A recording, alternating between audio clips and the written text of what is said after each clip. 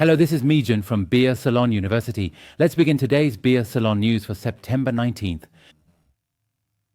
Welcome to Mijion, who consistently upholds the fundamentals of United States stock investing.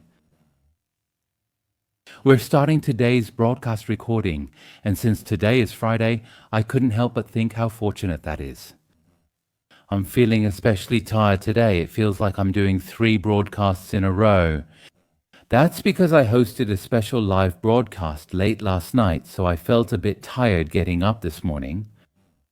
As I mentioned in yesterday's broadcast, yesterday I hosted a special live broadcast with Chief Executive Officer Kim In-jung. As expected, he did not disappoint. While listening to the lecture yesterday, I once again thought, is there anyone who teaches stock lectures this well? Yesterday's topic was the best dividend stocks. I learned how to pick out good dividend stocks, and I also gained a new perspective on investing in dividend stocks. So, if any of you watching this broadcast are thinking, I should study dividend stocks too, even if you join ChoiceStar or the Mijion membership now, you can watch the recorded version of yesterday's live broadcast.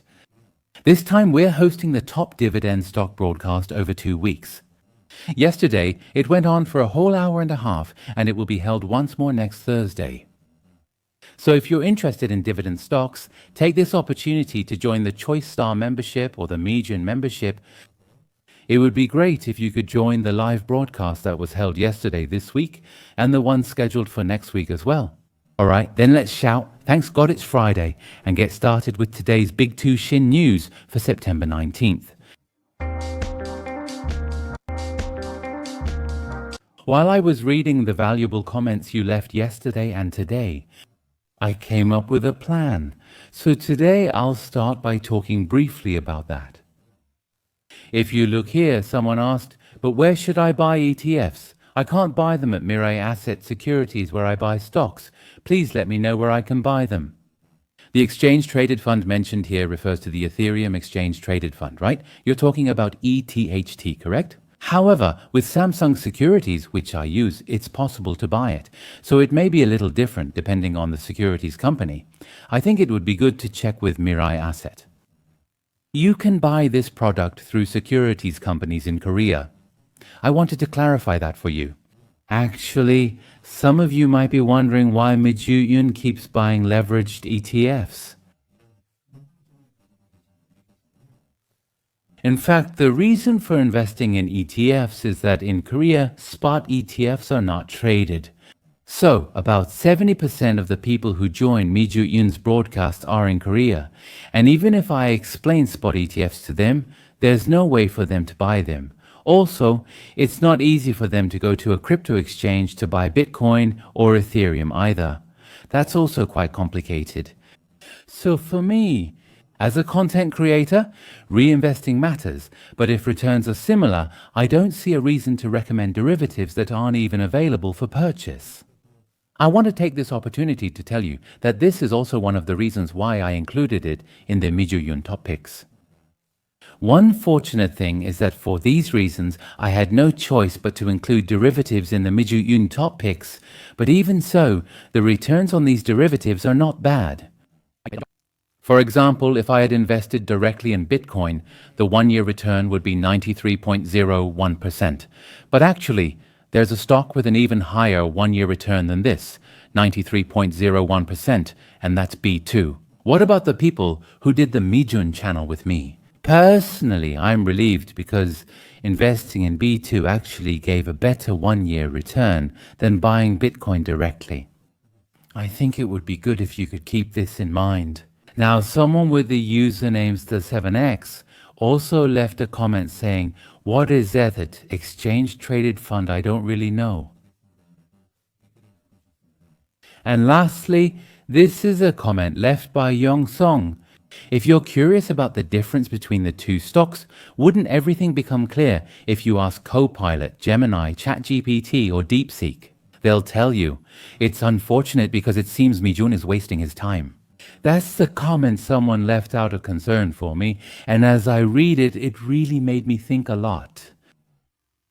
When I started the Mijion channel 5 years ago, the level of my subscribers was much lower compared to now. Back then, there weren't many Koreans investing in United States stocks.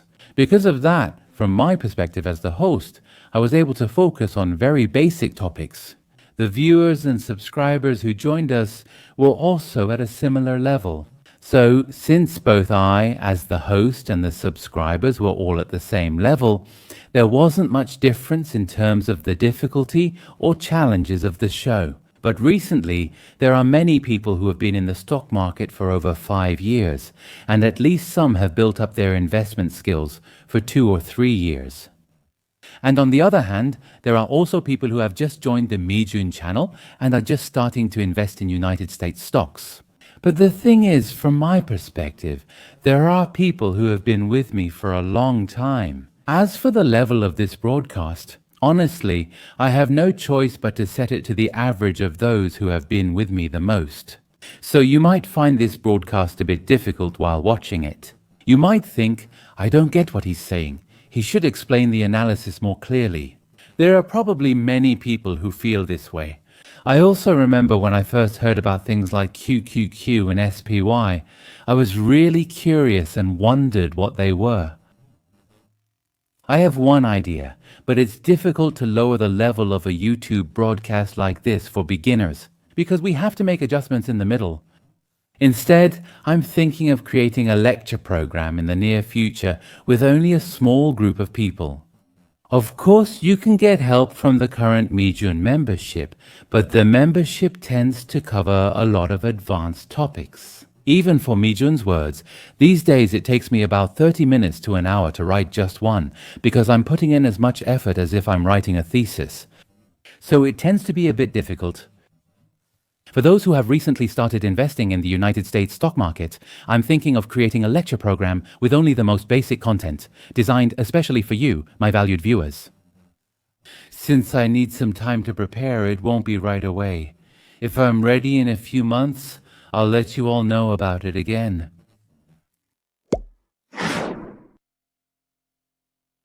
I'll also summarize yesterday's United States stock market conditions. First, if you look at the S&P 500 map, a desirable picture is unfolding. First, the market breadth has increased. Even yesterday, the number of rising stocks was far greater than the number of falling stocks. Moreover, one more encouraging thing is that almost all the stocks we favor have gone up. If you look here, you'll see that there are occasionally some stocks that have fallen. There are stocks like Microsoft, Oracle, and Apple. Recently, Amazon also dropped out, so you can see that only the stocks that aren't the top picks or aren't in the spotlight have fallen out. Of course, Tesla also went up for 7 days in a row and is now going through a correction. But most of the Mijion top picks that we care about have created a very good trend, especially Mijion's number one pick. Nvidia surged nearly 3 to 5% for the first time in a while, showing a good performance that somewhat made up for its recent slump. But there was an index that performed much better than the S&P 500 yesterday. That was the microcap index.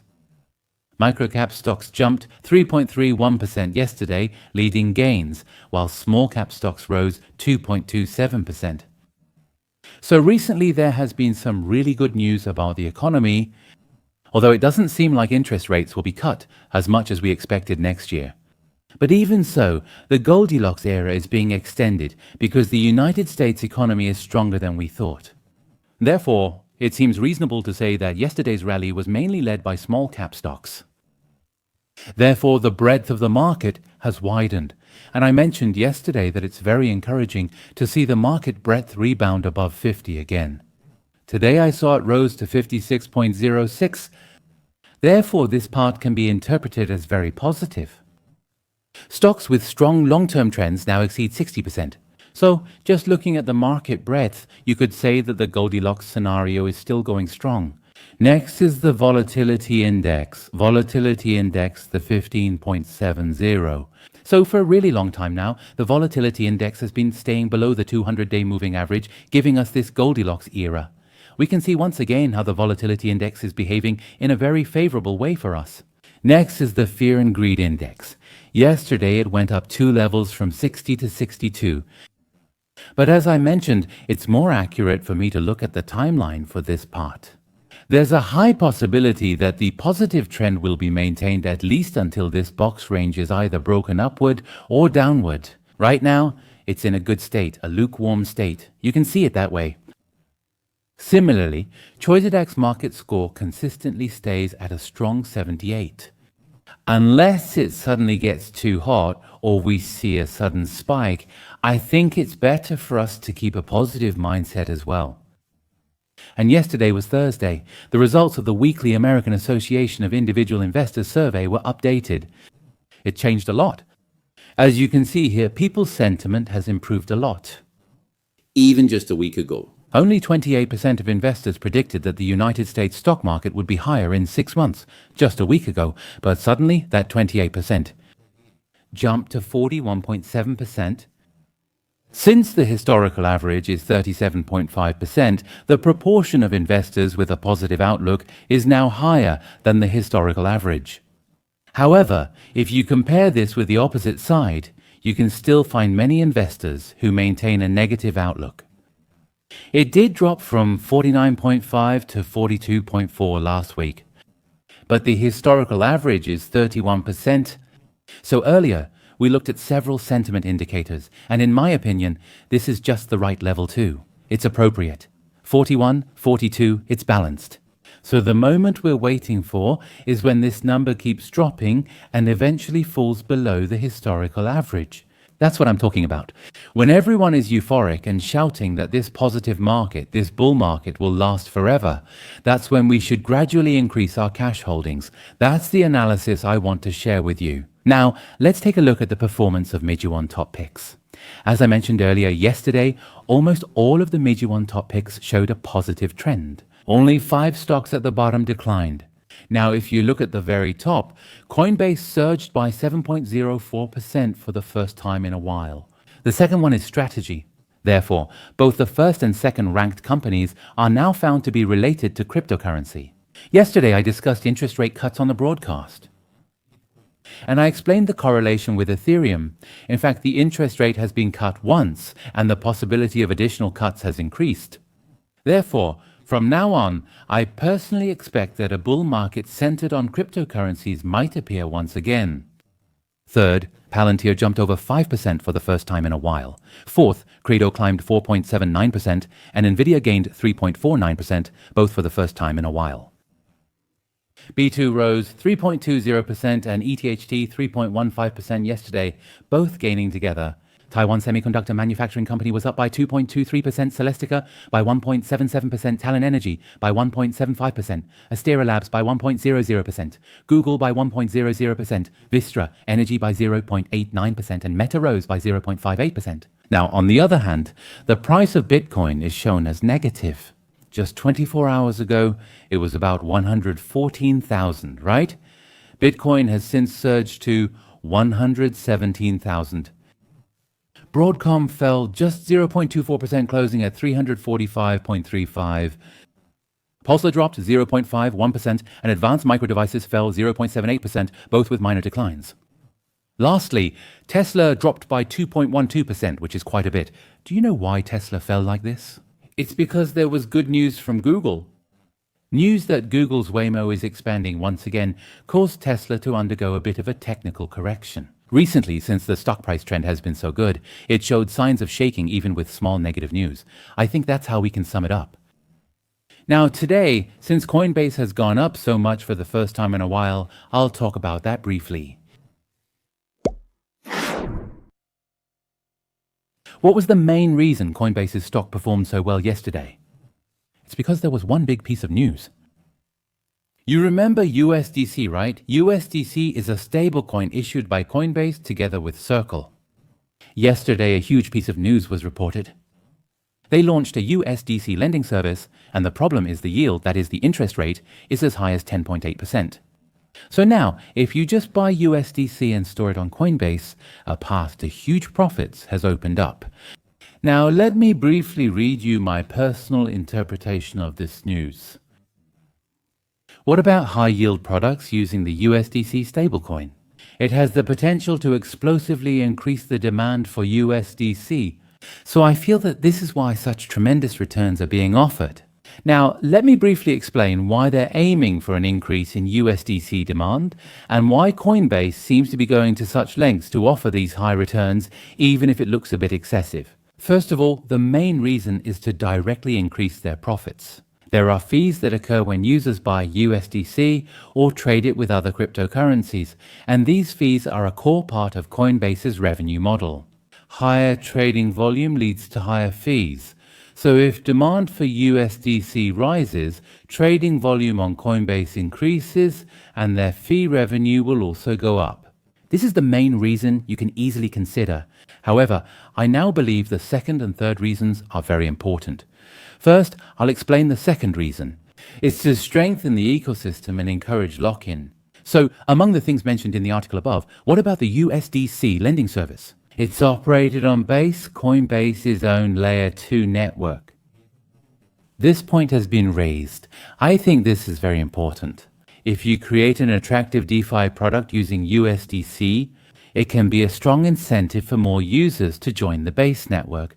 The Base network is basically a network operated by Coinbase, so you can think of it that way. If that happens, the liquidity of the Base network operated by Coinbase, that is, the flow of funds, or the number of users and the trading volume can continue to increase. Developers create more apps, and as users increase, so do developers. More developers lead to more apps, and better apps attract even more users. This lets you create a virtuous cycle. In other words, you can say that a network effect can occur. I think that's how you can interpret it in a broader sense. Also, to use USDC products with high interest rates, new users will deposit funds into Coinbase, right? But these users who haven't used other services before are now likely to use other services as well since they've joined Coinbase. That means they're more likely to use Coinbase's services for other purposes, like trading Bitcoin, using staking, or buying NFTs. If that happens, once they come in, they experience a lock-in effect that keeps them in this ecosystem longer, which can be interpreted positively. For your information, Coinbase wants to go beyond being just a simple exchange. Their ideal is to become the easiest and safest gateway to the on-chain economy. That's their goal. So, through USDC, they want users to easily experience DeFi services, which often feel very complicated. It seems that Coinbase believes it can eventually become a key player in the future cryptocurrency market. This is the third, and also a very important point. You all remember Tether, right? Tether issued a stablecoin called Tether United States Dollar, and even now, Tether is still number one in the stablecoin market in terms of market share. So therefore, offering services that provide over 10% returns is Coinbase's effort to surpass Tether. If Coinbase actively increases the use cases for USDC like this, eventually it can win the competition against Tether United States Dollar. That's why, even if it's a bit of a stretch, they've launched a loan product this time that offers more than 10% returns to win this competition. That's what I believe. In conclusion, launching an attractive loan service could boost USDC demand. Coinbase can go beyond short-term fee revenue, activate its own network, and retain customers. Ultimately, this move could be a game changer, helping the company solidify its role as the future cryptocurrency market's financial infrastructure. So an incredible product packed with a very powerful and smart strategy has been launched. I would like to give such a positive evaluation. Let's look at Coinbase's momentum for the first time in a while. Recently, its stock price has risen noticeably. Out of 26 indicators, only 1 is a sell, 9 are neutral, and 16 are holding a buy rating, so the current momentum is at its peak. And what's really noteworthy is that the relative strength index is still only at 61.9. So, although the stock price has been on a good upward trend, it hasn't been overbought yet. There's still plenty of room for it to rise. That's how you can interpret it. Now, here's the 1-year stock price chart. As shown, it was in a correction. It was stuck in a box range, but now the chances of breaking through the upper end of this box range have become very high. First, we confirmed the strong support line at 300, the lower end of this box range. It bounced off this level about 3 times, reaffirming the strength of the support. And then, also, while the stock price's lows were getting lower, the lows of the indicator below were actually getting higher. This is a bullish divergence, which is a signal for a rebound. Now, if you look here, as you go down, you see it says bull. What this bull signal means is, if you look here, the green line is going up. The relative strength index is rising, but during the same period, the stock price has fallen. So when the relative strength index goes up and the stock price goes down like this is a very positive signal. That's how we can interpret it. And as you can see, after such a strong signal appeared, the stock price is actually going up. Therefore, you can see that technical analysis is working to some extent. Additionally, trading volume has surged recently. Therefore, when looking at various indicators, you can see that the momentum for Coinbase right now is very strong. Now, one thing to be careful about, the 60-day moving average currently at 342 may signal a medium-term trend shift. The current stock price is right here, so the stock price that's stuck at the 60-day moving average needs to keep moving upward. If it gets blocked at the 60-day moving average and falls, that's not a very good sign. You can see it that way. If it breaks and settles above the 60-day moving average, it's expected to rise toward the next resistance zone at 355-360. That's the prediction. If the stock price drops today or tomorrow and can't break the 60-day moving average, it's likely to fall to the lower end of the box range. That's the prediction.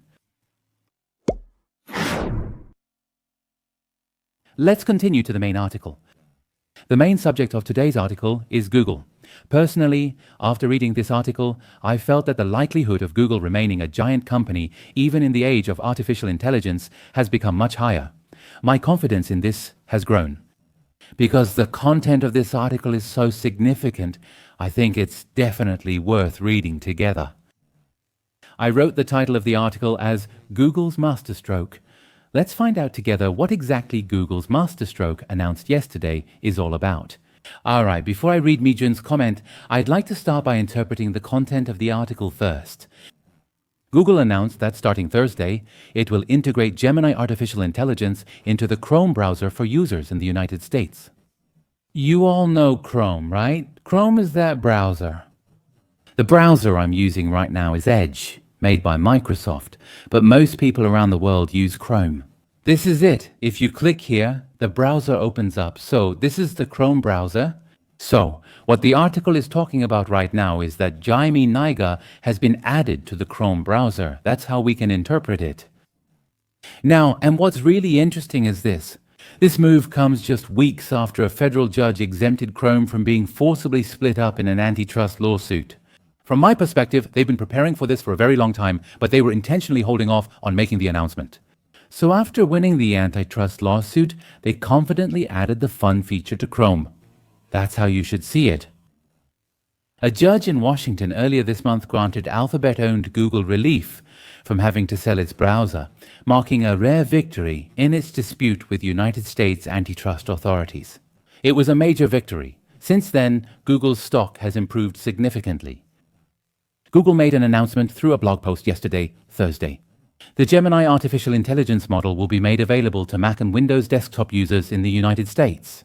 So, it hasn't been released worldwide yet. It's only being launched in the United States for now. Chrome with Gemini artificial intelligence will also be provided to enterprise customers through Google Workspace in the coming weeks, and it is scheduled to launch on mobile devices in the United States as well. Google also announced it has improved Gemini artificial intelligence's integration in Chrome with apps like Calendar, YouTube, and Google Maps. I'll explain this part in more detail a little later, and there's another big piece of news. They also plan to add agentic features that can perform multi-step tasks within the next few months. Agentic means an artificial intelligence that even without human instructions can be given a goal and then decide on its own how to accomplish the task. Therefore, this feature is expected to include things like finding previously visited websites or gathering content from multiple websites. What about this integration? Last August, a company offered $34.5 billion in cash to acquire Chrome. It was Perplexity. This is simply described as a strategic move to compete with companies like Perplexity that provide agentic browsers. But this isn't something that can be summed up in just one sentence. Let me explain the meaning in detail through Mijion's words. So why did Google integrate Gemini into the Chrome browser this time? It's a very smart and powerful strategic move to defend their core business, search, against the fierce challenges from artificial intelligence startups, and furthermore, to maintain their dominance in the future search market. That's how I interpret it. By integrating Gemini into Chrome, Google is making it so that from now on, an artificial intelligence assistant will be by your side at every moment you surf the web. So just like before, when we open this browser, Gemini will appear right then. So you can think of it as being able to get Gemini's help at every step of your web surfing. It might help to think of it as surfing the web together with someone. Users can open multiple websites to compare and analyze them, or ask for a summary of the YouTube video they're watching. You can instantly use artificial intelligence during your web activities, because artificial intelligence is watching everything, right? It's right next to me, seeing what I'm doing with this browser open and what information I'm looking at on the website. So you can work while having a conversation, and most importantly, this means that there's no need to visit a separate site to use a competing artificial intelligence search service. What this means is, artificial intelligence search is becoming popular these days. For example, people are searching by going into ChatGenerative pre-trained transformer, or there are attempts like this happening in Public City. But the point is, this kind of need will disappear. Because if you go to Google Chrome, there's Gemini, right? You can just ask Gemini, that's how you can understand it.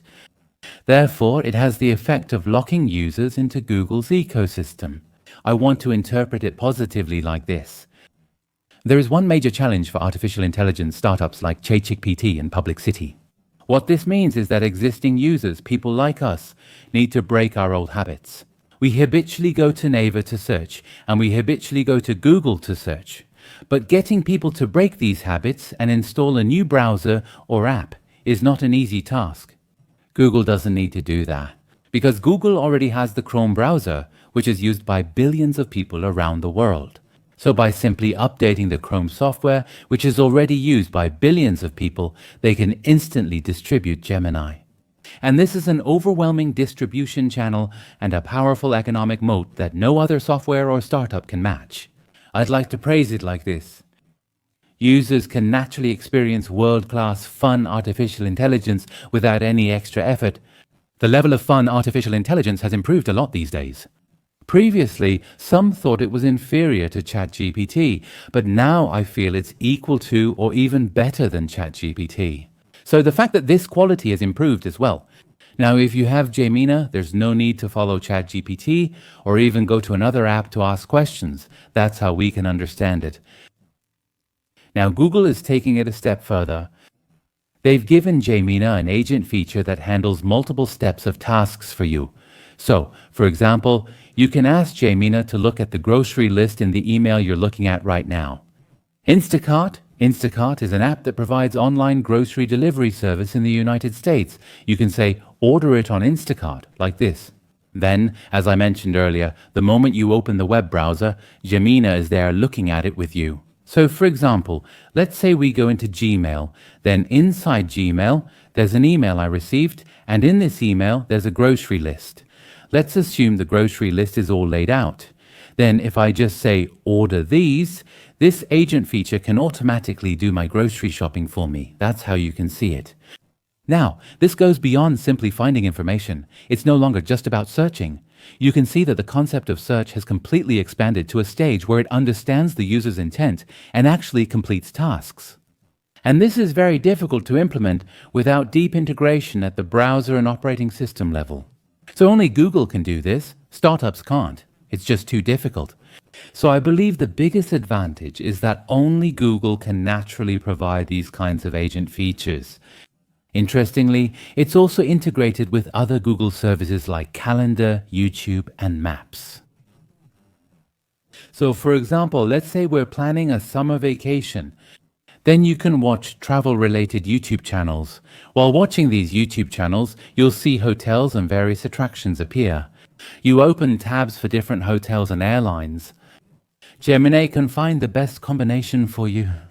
And you can also say, put it right into Google Calendar, or even ask, just book the hotel and airline for me. Now, this kind of seamless user experience, it's likely to become a unique level of service that only Google can provide. So therefore, users, It strongly locks users into the Google ecosystem, increasing their dependence. So, until now, Google's stock performance hasn't been good in the past. It only started to surge recently, but before that, it really wasn't doing well. The reason is that Google dominated the search market for a long time. But with ChatGPT's emergence, we've entered an era of artificial intelligence powered search. If that happens, there's a fear that search, which brings Google enormous revenue, could die out. Now, according to Google's masterstroke announced today, if Gemini is integrated into the browser and you use the browser with Gemini, you don't have to leave the search bar. In other words, Google's search bar is being expanded. With artificial intelligence integration, you no longer need to go to ChatGPT for questions. So from my view, I think Google's unique ecosystem, which artificial intelligence startups can't match, is now showing its strength as the artificial intelligence era begins. This article really made us realize just how much Google is benefiting from artificial intelligence. The last content prepared for today is today's United States stock video.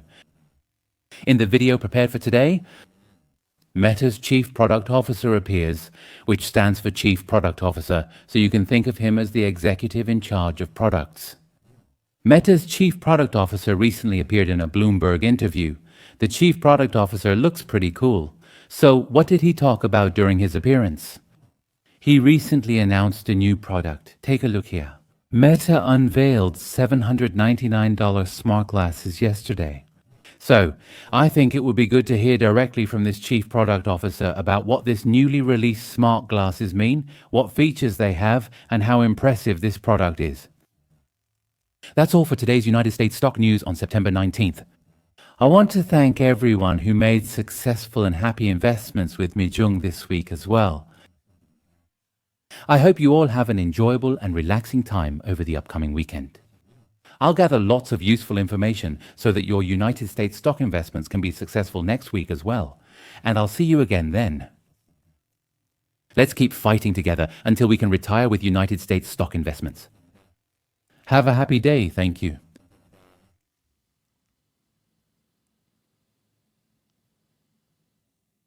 I think context is really important. The evolution process from Orion to the current midpoint is a perfect example of that. The first thing I want to ask is, who is the target audience for this product? Is this aimed at users of the previous generation of Meta Ray-Ban, or is it a completely new entry for first-time users? It will probably be a combination of both. What I'm showing you here is the Meta Ray-Ban display. As you can see, we collaborated with Ray-Ban to create a form factor that people can wear comfortably. We chose this design because it's the most popular style for sunglasses and glasses. We didn't want to release a bulky product to the market. Instead, we wanted to start with something really cool and stylish. And one more thing, inside these glasses, there's a waveguide. What kind of waveguide is it? Basically, it projects light through a series of mirrors so that a small display appears below your right eye. The user can also adjust its position. $800, right? That's right. What keeps being emphasized is that this is strictly a consumer product. It's not for engineers. That's right. What is the one killer feature that people will find most appealing? It's the messaging feature. Yes, that's right. I can say that the most useful feature will be messaging. This product comes with an electromyography wristband, which, when worn on your wrist, detects very subtle movements of your muscles and nervous system. You can control the cursor with tiny finger movements, and the wristband manages the display. It's designed so users can use the glasses' built-in display without waving their hands or carrying a separate device like a mouse. Evolution matters because this neural band directly continues the Orion project. That's right, 1 year. I experimented with this technology before. Here, research and development proceeds like this. There's the Orion project, also called the North Star project, which you've seen. We're also advancing with the Ray-Ban design, known for its comfort. I think, as you asked earlier, early adopters will be the first to embrace this product. yes. I think we'll also see a lot of passionate fans. As you mentioned earlier, you said you wear Metal Avant quite often. I mainly wear it when I'm driving. That's an important point. Because the Ray-Ban display screen is not the optimal use case when you're driving. It's not meant for driving. Last night I gave a live demo. Some parts didn't go well, but I'm getting positive feedback for attempting the live demo. If you could be transparent, what went wrong in that demo? I haven't looked into it in detail yet. I think there might have been a Wi-Fi issue. But I don't want to show a pre-recorded video at events like this. I chose to try it live as much as possible. This is a viewer's question. Will the Ray-Ban display support prescription lenses? Yes. Why is that important? This question is a topic that often comes up regarding Ray-Ban. Well, around 1 to 2 billion people worldwide wear glasses. Many of them use sunglasses, and a lot of people also wear prescription lenses. Where will these products be made? I'm not 100% sure. Are you saying you're the chief product officer and you don't know where they're being made? It's happening in several places with parts assembled in different regions. Is it not China, or are there sensitive parts of the hardware supply chain in China? I know that some work is being done in China, but I can't be 100% sure. When I look at Meta, what I always try to understand is where the company stands today. Sometimes, and even now, I think of Meta's family of apps. When I was running Facebook, I wondered how users who were passionate about Facebook or WhatsApp would relate to this new generation of hardware. You can use WhatsApp on this device. We're prioritizing communication features, which are the starting point and core of our company, to ensure that these apps work well on this product. You can also enjoy Instagram Reels, which many people love. We're currently focusing on implementing a few first-party experiences and plan to expand later. I mentioned this as a medium for superintelligence, but I also have a background in software. So this device is the interface, and the user interacts through it. What additional artificial intelligence features can we expect in the future through this mechanism and the family of apps? Yesterday, I mentioned the real-time translation feature. For example, it also includes the ability to provide captions when talking to someone who speaks a different language. We also have a feature we call Conversation Focus, which allows you to hear clearer audio by focusing on the other person's voice in noisy places like crowded rooms, parties, or concerts. All of these features are implemented by applying artificial intelligence in practical and useful ways. We've received a lot of questions from Meta users and viewers, especially about things the developer community should know and about the artificial intelligence-related roles you have at Meta.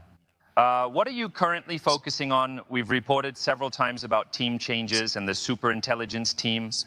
From a product perspective, people mainly want to know the current core focus. Which features will you expand in that area going forward? There are wearable devices, but at the same time, there are also creative tools. It makes it much easier for people to create videos and produce content. Artificial intelligence will make these tasks much easier. And one of the core aspects of Facebook and Instagram is enjoying content that people have created for each other. We expect much of the latest technology will focus on this area. The video is ours. We grow little by little every day, so let's enjoy today's journey. Even if a dark focus comes, I'm not afraid. Retire with United States stocks.